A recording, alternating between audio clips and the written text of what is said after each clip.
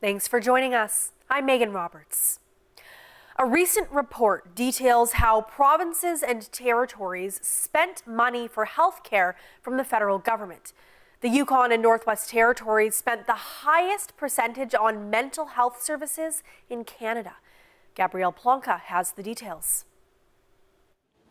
Last year, substantial money for healthcare was promised from Ottawa. It's to the tune of $200 billion, split among the provinces and territories over 10 years.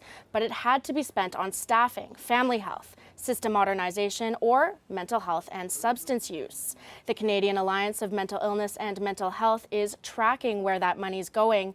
It wants provinces and territories to commit more money to mental health.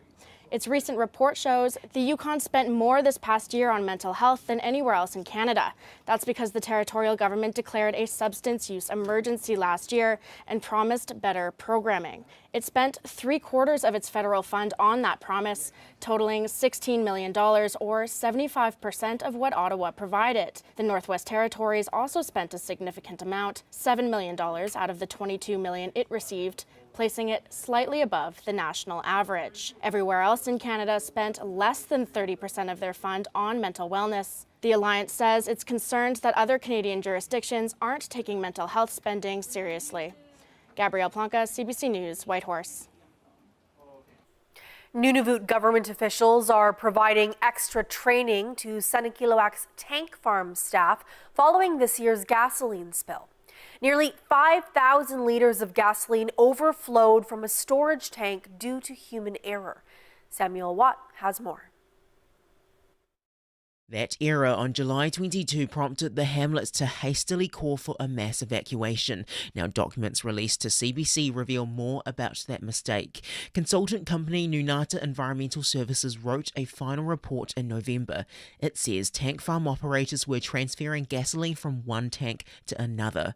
A worker opened the valve on the big vertical tank, but didn't get any fuel, so he opened the valve on the smaller horizontal tank. But again, nothing came out.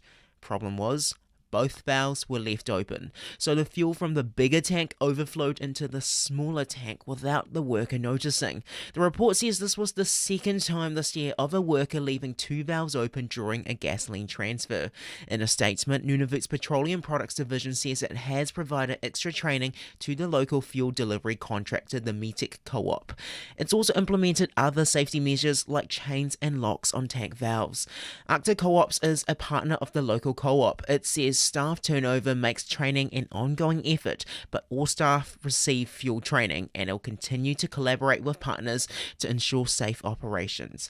Samuel Watt, CBC News, Iqaluit. The town of Norman Wells, NWT, recently issued a notice that's more typical in summer than winter. It's advising people they might notice smoke from a nearby wildfire, a fire that's classified as out of control. It's not a fire that we suspect overwintered from summertime. We do suspect it was a fire that started in early December as a result of human activity. Westwick says it's a small fire burning an area of about 10 meters by 10 meters. But he says it's proving difficult to extinguish because it's burning deep in the ground, in the root systems of trees. He says with the drought that's persisted through recent years, organic material in soils has dried and become more flammable. Westwick says the fire does not currently pose a threat to Norman Wells. NWT MLAs are calling for the Premier to revoke a new Indigenous hiring policy. The request comes shortly after the policy was announced. One big concern about the policy is that it prioritizes all Indigenous candidates, whether they're from the NWT or not.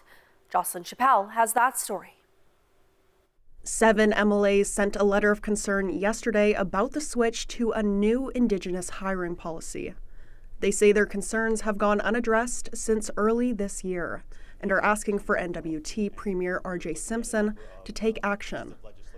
MLA Jane Whalen Armstrong is among the MLAs who signed the letter. She says one problem is that the government didn't properly consult with Indigenous leaders and the public. I talked to one of the leader before because if he knew that The new Indigenous policy means opening up to the rest of Canada and getting rid of P1 and P2 status, and he was not aware of that. That's not how it was explained to them, I guess.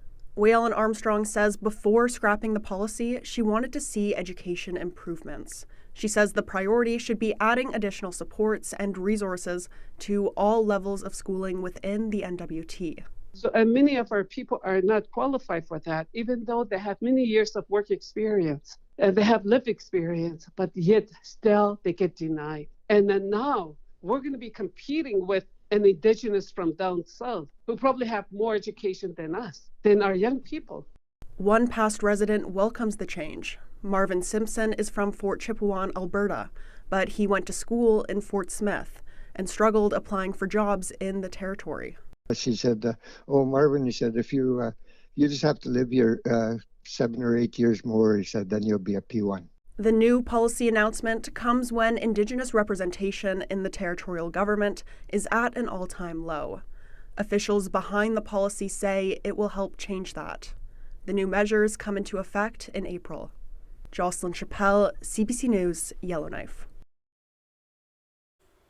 Yukon's teachers' union voted to accept a collective agreement offered by the territorial government. That's after 6 months of negotiating. The whole country is facing a teacher shortage. The union representing teachers in the Yukon was trying for a 29% wage increase in the hopes of gaining a competitive edge over other jurisdictions. They didn't get it, but wages will go up by just over 14%. The union did get higher wages for teachers on call and education assistants, and doubled community allowances for rural teachers. That makes a huge difference because they have not had an increase since 2015. And we all know the cost of living, the cost of gas in rural communities is much higher than Whitehorse. So having a community allowance increase was warranted because we know there are more vacancies right now in rural schools than in Whitehorse, even though we do face shortfalls in Whitehorse as well. Members of the teachers' union will vote to ratify the collective agreement in January. The agreement lasts for 3 years.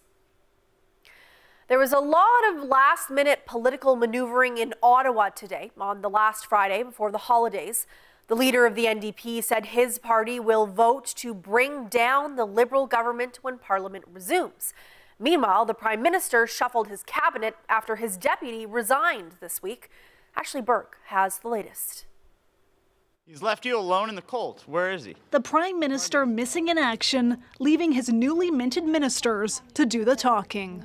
The Prime Minister is not here today to answer questions and address Canadians. We were just with him inside and had some great conversation as to the work that we have ahead of us.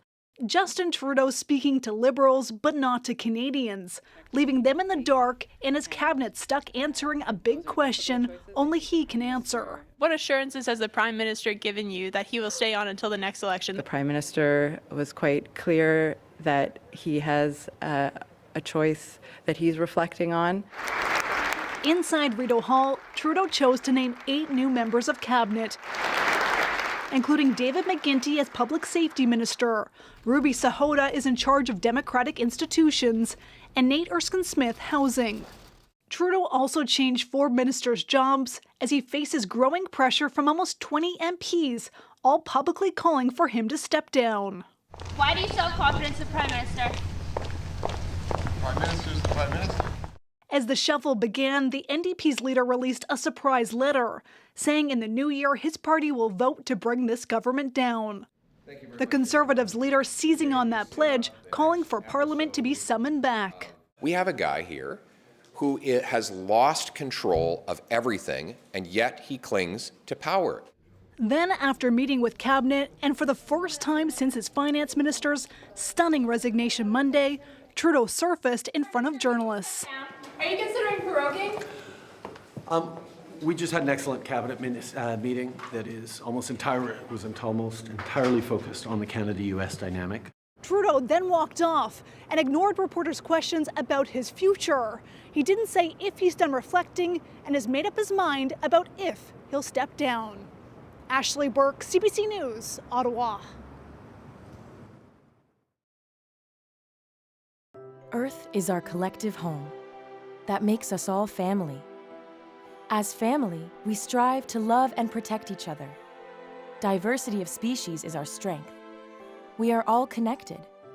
We survive and thrive together. We celebrate many things this season and make many choices. Taking care of our family should be the easiest. We're in this together.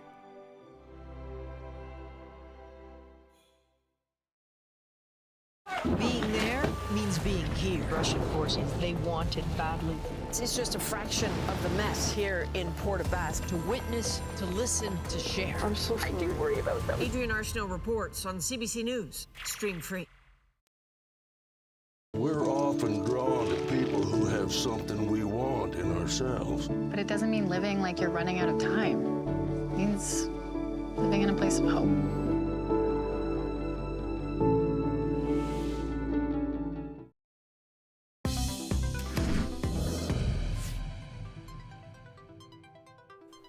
The Public Health Agency of Canada is going to work with New Brunswick to investigate a mysterious brain illness that has affected people in the province for years. This comes 2 months after Susan Holt became premier and called on the federal government to help conduct a, quote, full, open, scientific investigation. People suffering from the illness hope this initiative will provide some much-needed answers. Kayla Hounsell has more. That's the spot. Oh, yeah, there's the spot. Sarah Nesbitt finds comfort in horses. She's been sick since 2020. Bowels, bladder, numbness and tingling, spinal pain. She says she's encouraged New Brunswick's new premier has met with the Prime Minister. Thrilled that we've just had the chance to sit down. And asked him for funding declined by the previous provincial government to help get to the bottom of what's making her and so many others sick. For a long time, the patients, we didn't have anything to look forward to. There was nothing. It doesn't exist. It's all in your head. Nesbitt is a patient of Dr. Alier Marrero, a Moncton neurologist who claims there's a mystery neurological syndrome now affecting hundreds of New Brunswickers and people in 6 other provinces. He says 42 people have died. The former Progressive Conservative government sounded the alarm about the new disease in 2021, but a year later said there was no link among the patients. The committee has concluded that no such syndrome exists. A lot of patients are still struggling to trust that it's going to be followed through on. So one step at a time. Thus far, she has followed through on her word. The Public Health Agency of Canada confirms it received a formal request for federal assistance from New Brunswick last week. It says a federal epidemiologist is now reviewing and refining the province's plan. It's very important to us. In fact, it's in my mandate letter. The province's new health minister, also a physician, says the review will be complete within a few months. Then PHAC will look at that to assess the integrity of that, the validity of that, and then they will help us. We will draw conclusions. They will look at what we conclude. Glyphosate is a binder to heavy metals. Nesbitt is convinced the cause of what's making people sick is environmental, but says the promise of new research is giving her hope. I'm hoping it saves lives. That's what I'm hoping. Come on, Shuggy. She says her partner is also now a patient of Marrero's after recently falling ill with similar symptoms, and she wants to find out why before it gets any worse. Kayla Hounsell, CBC News, Cannon Station, New Brunswick. The town of Hay River, Northwest Territories approved its 2025 budget on Monday. The budget didn't see an increase in residential property taxes, but it did introduce a new residential waste processing levy. And that's leaving some residents with questions. Beatrice Lapine lives in Hay River. She says the town didn't do enough to inform community members on why the fee was introduced. She says not everyone has the ability to watch town council meetings online, and she would have liked to see more community engagement. Lapine says there were other options to be explored. One of the ways to lower costs is maybe go to once per week garbage pickup like they do in other jurisdictions. I'm not sure why we have it twice a week, and that would be a way to save on costs. But I would like to know more about it and get some more information from the town council. Lapine says the $18 monthly fee could be a big deal for those on a fixed income. And she wants Hay River to look at better ways to engage with the community on big decisions in the future. Revenues brought into Hay River this year are expected to be up $18.6 million. Expenses are projected to be $16.4 million. The budget will result in a $2.25 million surplus that'll be used to fund the capital budget going into 2026. For the North, from the North. That is the goal of a housing initiative in Hay River. It's called Metcan Building Solutions. The company prides itself on building quality homes designed to withstand northern climates. Carla Ulrich tells us more.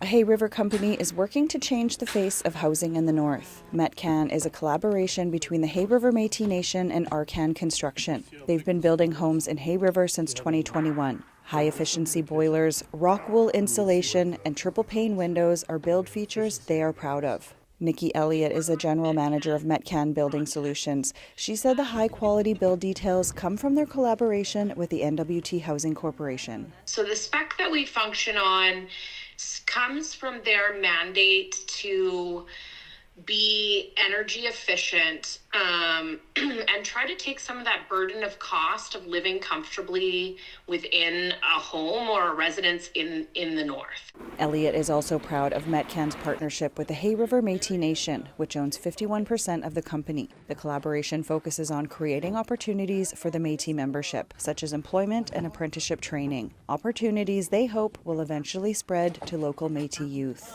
At our last sort of meeting, we talked about sort of earlier initiatives that we could be doing, getting into the high school, maybe doing sort of like the SNAP program.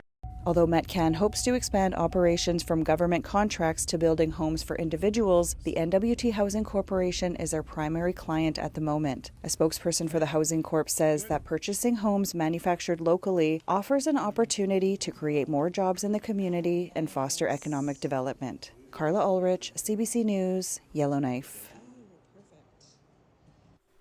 In Nunavut, the KUDC Energy Corporation says it will increase its rates to help deal with rising costs and infrastructure maintenance. KUDC is the sole electricity provider in the territory. Under the new rates, the residential customer service charge will double from $18 to $36. Commercial rates will also double from $8 per kilowatt to $16 per kilowatt. The company has assured Nunavummiut that there won't be major changes to residents' power bills. There will be no impact to those who are living in public housing in Nunavut, which is fantastic. So that will not change because they're highly subsidized already. And there'll be a minimal impact to residential customers as the monthly service charge is subsidized completely and 50% of the energy rate will be subsidized as well. QEC's application will be reviewed by the Utility Rates Review Council. Consumers can also submit their comments to the council. If approved, changes would go into effect on April 1st, 2025. Meditation and relaxation can come in many forms. For two Indigenous artists, Bead Work brings a sense of inner calm.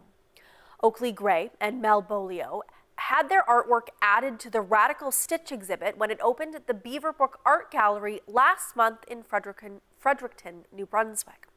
It showcases Indigenous beading from across Canada and the U.S., and they shared the impact beading has had on their lives. When I'm beading, I try to put the best intentions in each piece, and honestly, I'm more focused on that, almost as if it's like I'm putting good medicine in each piece. So as I'm laying the beads down, it's almost like therapy. So any negative thought that I have is gone as soon as I start beading. I started beading, I was trying to get sober actually. And I find as a person, my brain is very all over the place all the time. And somebody had recommended that I try beading like we say beading is medicine, and it's true. It really is meditative and kind of slows you down and gives you something to focus on, something to put your energy into. And from there, it just kind of stuck and has led me to a million great places. I've been doing it since birth. So it's funny, I like to say that my mom never taught me. She never hands-on taught me. I would always just watch her and replicate every single thing that she did. And that's how I developed my own skill. Is there any particular thing that you think about when you're beading, or you just let your mind? Honestly, it's funny because it's like a lot of thoughts come up, and honestly, my favorite part is like thinking about how the end result is going to be. Because personally for me, as I'm beading and looking at the beads I specifically use, just seeing the sparkle, and like the entire time I'm looking at it, I'm like, oh, is it sparkling correctly? And like, that's mostly what I'm thinking about, honestly.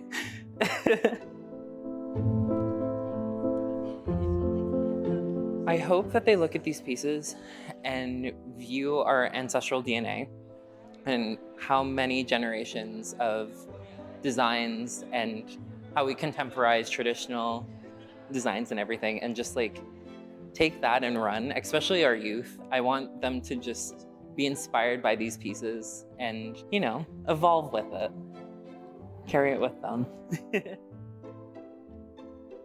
It depends what I'm going through at the time. I try to bead when I'm in a good space. Like, I definitely feel like when you're done your beadwork, it kind of takes on a life of its own. And whether it's going to a gallery or whether it's going to a loved one or you're selling it to someone, you know, it's taking that energy into their home and into their life. So I try to come into beadwork with, you know, good wishes for that person and kind of picturing the life it's going to have. And of course, hoping that it ends up somewhere where it's, you know, loved and taken care of. With these specific pieces, I hope that people feel a sense of calm. Like for me, I grew up living with my grandmother, and she was an artist. And so every time I get to bring her into a gallery, like through her portrait, feels really special to me. But she was an artist, and her little studio was in the hallway outside my bedroom. And so I'd fall asleep with the door open while she's like splish splashing in paint and like turpentine and like all those smells and that feeling. I always felt really safe and really loved. And I guess with my beadwork, I hope that people feel that too. It's incredible work in that exhibit. A chance encounter has turned into a close friendship between two Yukoners, and at the center of it is a glass-blowing studio. The CBC's George Moratis introduces us to Yukon's Heartman. She automatically just gave me some hearts. I didn't know what to do, so I just started handing out hearts. This is Stuart Tom Tom. He spends a lot of time on the streets of Whitehorse. He also spends a lot of time here at this glass-blowing studio visiting his friend Lou. He's our heart man. Well, he's one of my really, really good friends. I mean, I see him every day. If that's not a really, really good friend, then who is? It was about a decade ago Lou and Stuart first met, in the early winter morning hours, as he was taking a cold, dark walk to town. And she pulled over for no reason. I have no clue. Well, it was in the middle of the night. Yeah, it was. You know, some people, yeah, it's like you met in another life, or we just needed to be friends in this life. Since that day, Stuart visits Lou every morning. Basically, I wait until I go to the shelter, grab some breakfast, and I make sure I give her some oranges. I'm an early morning person, so I'm here early. So is Stuart. And so he'll come in at 4:30 in the morning, 5 in the morning, and I'll see him at the door, and I'll open the door. And then he hangs out here for a little while. Sometimes he brings friends. It's a good way to meet lots of people with Stuart around. These visits aren't just about getting together and saying hello. After all, they call Stuart the Heart Man for a reason. And then before he leaves, then he'll usually take 6 hearts now. The hearts are made of glass, each one of them blown at the studio and then given to Stuart. He knows what to do with those hearts. Like, he waits for the right people to hand them to. And sometimes he'll come back with stories, and sometimes those people will come back with stories. And they just cause you to cry. And he says he causes people to cry, and I know there's people in Whitehorse that have cried because Stuart has given them hearts. It makes me a different person. The other side of me is not me, but the other side of me is me. Like, I got two personalities. It's like, it's hard to explain.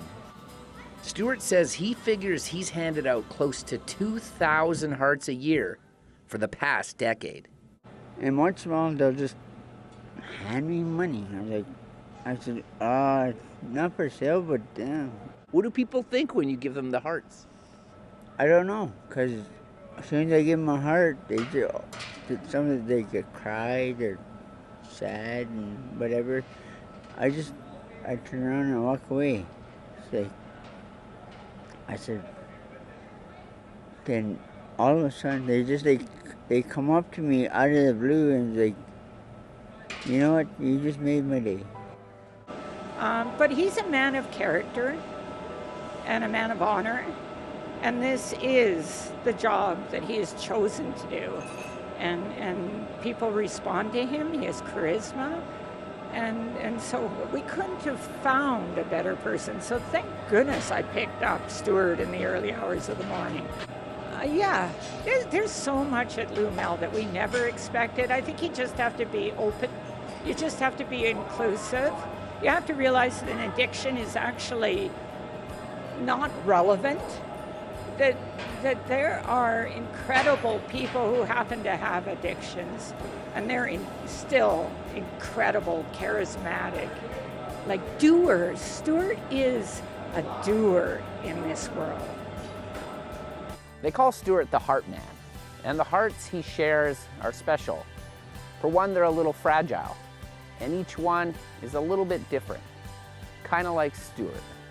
But when you receive one along the Yukon River, it's a reminder that kindness isn't always where you expect it, but it's a treasure when you find it. George Moratis, CBC News, Whitehorse.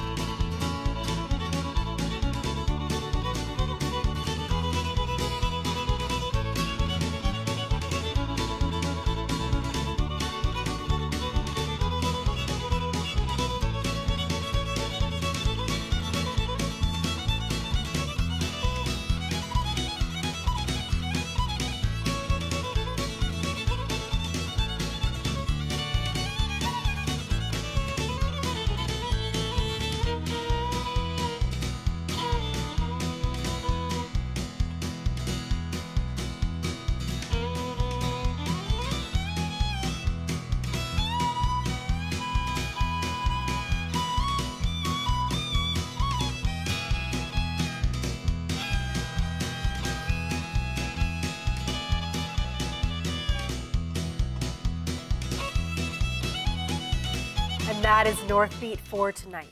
For news anytime, go to cbc.ca/north. Thank you for watching. I'm Megan Roberts. Have a great weekend.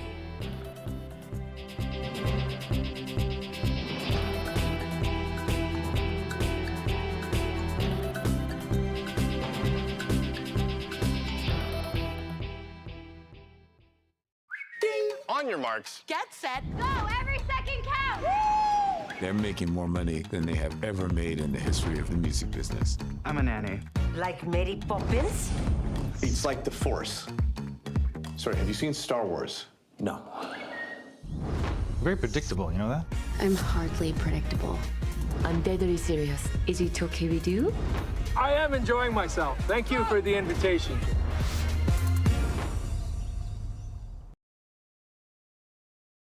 Q with Tom Power. Available now on CBC Listen or wherever you get your podcasts.